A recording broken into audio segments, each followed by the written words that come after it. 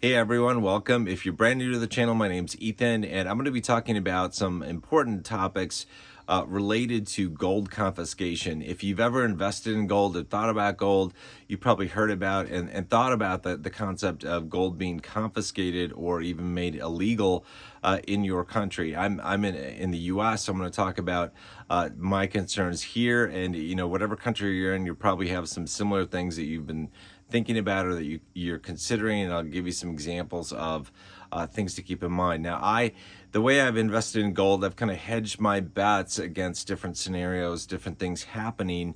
And one of the things that I do when I invest in gold is I try to protect myself against the idea or the threat of confiscation in the future, whether or not confiscation actually occurs and the government says you've got to turn your gold in, or if they just say, hey, look, we're going to make it illegal to transact in it, meaning it's illegal to buy or illegal to sell. So I want to talk about some of these issues because it's really important, I think, that everybody strongly consider. I think everybody should have this. Is not financial advice. This is just my own personal opinion based on things I've learned from many other people, based on things I've seen with my own eyes, my own experience, knowledge I've gained, and things that I've done over the past couple of years. So just my opinion. Hopefully some of this, is valuable information to you guys and might help you in your journey, either as a new investor in precious metals or somebody who's more seasoned, you've got more experience under your belt. So one of the big issues that the people have a concern with is the fact that the government in the United States in the past, in the 30s, said it's illegal to own gold. You got to turn it in. Excuse me. And you got to sell it back. And when the government did that, some people turned in their gold. A lot of people didn't. And that's a pattern. If the government ever says it's illegal to go and own gold, you got to turn it in. I look at the United States and I think to myself, well, that's probably not likely to happen. It might, but not likely to happen. Even if it did, it's not likely to be very effective based on a couple different things. One is there's a relatively small percentage of Americans that own gold, and even the gold that they own, whether it's in, whatever type of bullion they have, if it's bars or coins, the overall amount of gold that Americans hold is relatively small in comparison to the amount of gold that the U.S. has, elsewhere in the system. So it's not going to be terribly effective in terms of getting assets back to the government if that's what they're looking to do. But it could be. And I think if the government ever said, hey, you got to turn it in, I think honestly a high percentage of people would just say, screw this, and they go bury it in the backyard or hide it someplace for the future when it's not illegal to own gold. I think one of the things that they make that they may say it's illegal to own gold and you can't sell it, you can't buy it, and to kind of make that an illegal transaction if you were looking to acquire more gold or to sell some of your gold in order to get cash. In that case, I would imagine there'd be the gray market, black market stuff. You're going to know somebody, a family, friend, co-worker, somebody in your town or nearby vicinity that wants it, either to buy it or sell it.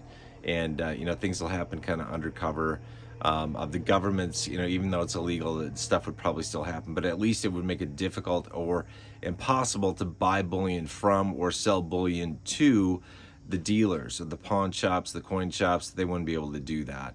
But so, the government may say, hey, it's illegal, you have to turn it in. I doubt that many people are going to turn their gold in, so I wouldn't worry too much about that.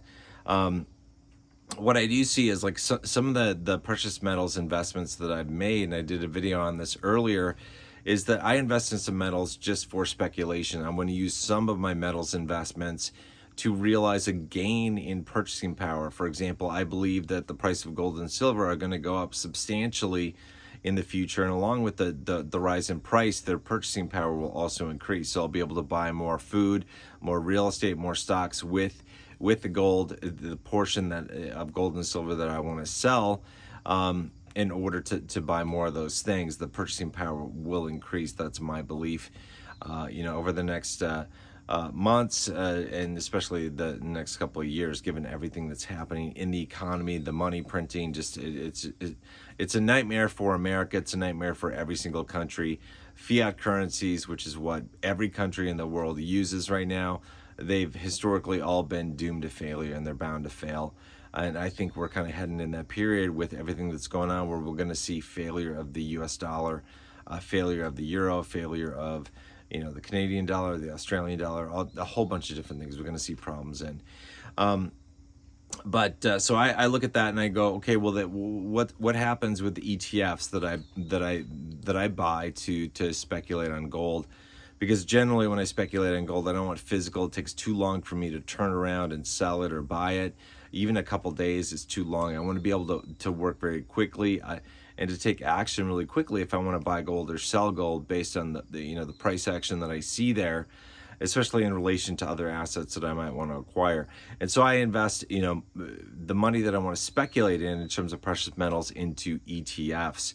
And there's been some great videos I've watched, where people that are really into this space, that really know what they're talking about. They run ETFs. They're managers and hedge funds, things like that. Some really great discussions and concepts coming out of what happens to gold and silver ETFs in the event of a confiscation rule or law that comes out of the government. And some of the thinking is that if you had, say, $10,000 in gold in a gold ETF in the stock market, what the government might do is say, well, you can't own that anymore, but you had $10,000 worth of gold in that ETF. We're going to give you $10,000 in cash in your account.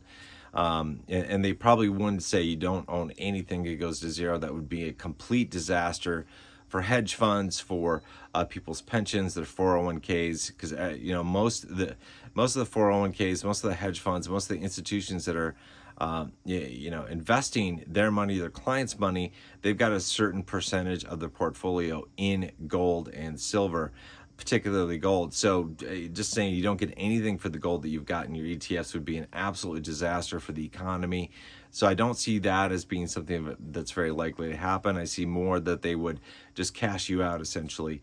If that happens in that event, what I would do personally is, if they were to cash me out of my ETFs and just leave cash in my brokerage account, I would work very quickly to move that cash into other assets that would protect my wealth as quickly as possible. For example, cryptocurrency or some stocks, or move it out and buy some real estate or land or whatever I might be able to that would provide a good protection of my wealth. So that's something to keep in mind.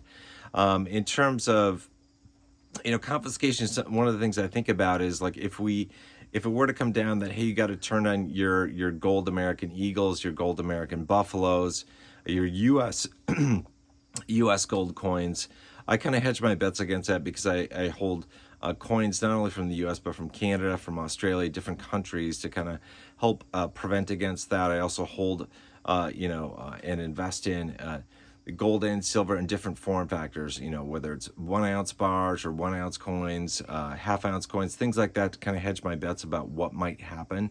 And that reduces my risk. I talked the other day about, one of the ways that I invest in gold is I have gold stored in a vault. Somebody does the storage for me. And one of the things I really like, that in addition to the security that it provides, I don't need to deal with that. I keep some physical as well, but I keep a lot of it in, somebody does the storage for me and they protect it. And one of the things that's super nice to do, one of the sites I use, and I'll leave this in the comment or the description of the video, I use hardassets.alliance.com for a lot of the investing I do. I've used appmex.com and goldsilver.com as well in the past for this, but Hard Assets Alliance allows me to just go in and fund my account. It takes about a week once I transfer money in. Once the money's in there and it's going to sit there for a week, they've made sure it's good, I'm able to go and buy gold and silver in different form factors, different sizes, whether they be bars or coins, in different denominations, and I can choose where I want to have those stored. For example, I can say I want to buy some silver American Eagles and have those stored in Salt Lake City in the United States, or I can say I'd like these stored in Zurich or in Singapore. And it gives me the ability to buy metals and have them stored outside the US. And that's one of the really nice things, because if a law comes down that there's a confiscation rule or mandate in place, maybe it would only apply to gold that's in the US. And if I'm holding some gold and having it stored outside the US, whether it's in Switzerland or Singapore or Australia or wherever it might be, that might be exempt. And that's one of the ways that kind of hedge my bets against the risk of that happening. I see a bigger risk. It's like when confiscation comes down, people are not likely to turn in physical bullion that they've got. Like I said, they're just going to bury it. More likely, I think, with ETFs, they just cash you out for it, probably. And hopefully for actually what it's worth, and they don't lowball you when they do that. And potentially some of the stuff that's in vaults, but they might only confiscate the stuff that's in storage if it's in the U.S. Who knows what might happen if a confiscation law came down. I'm just going through some potential scenarios and ways that I've thought about how do I minimize my risk for that type of scenario. So just some things to keep in mind that might be helpful for you guys when it comes to thinking about that kind of stuff. Also realize that, they might say that gold is illegal to own. You got to turn it in. You can't transact in it, but they might not apply that same rule or mandate or law to silver. And that's another good reason to not only be all in on just one particular type of metal. You don't want to be all in on gold. You don't want to be all in on silver, I don't think. I think that's a bad idea. That would at least hopefully preserve some of your wealth, in the event of confiscation. So just some things to keep in mind. If you've got other ideas that might be helpful to people, please add those in the comments of this video and just help other people out, give some other ideas. Those are just some things that I've kept in mind and I've done for myself to diversify outside of the country and diversify into different metals, different form factors, from different countries, just to kind of minimize my risk in the event of gold confiscation law. So anyway, that's it for this video. I'll be doing more videos on this, on precious metals and cryptocurrency, because I think it's super important with what we're going through right now, that everybody strongly consider investing some of their money in cryptocurrency and precious metals as a way of protecting their wealth, at a bare minimum, protecting their wealth, and probably seeing some increase in purchasing power with both of those asset classes. Something to keep in mind. A couple of videos I'm going to be doing just to let you guys know that I think are pretty useful based on subscriber comments and questions that have come into me. I'm going to do a video on how you can invest in gold and silver with very little money, just like as low as $15. So some super easy ways to get in if you don't have a lot of available cash. Just some things to keep in mind with how it comes to allocating the total amount of assets that you have of your net worth into precious metals or cryptocurrency. I'm overweight, meaning I have a lot more precious metals in my total overall investments than most people do, and I've got good reasons for that. I'm going to talk about that in another video that I do, but that's it for this one. Hope you guys are doing well, and I'll see you guys in the next video. Until then, take care, good luck, God bless, Godspeed.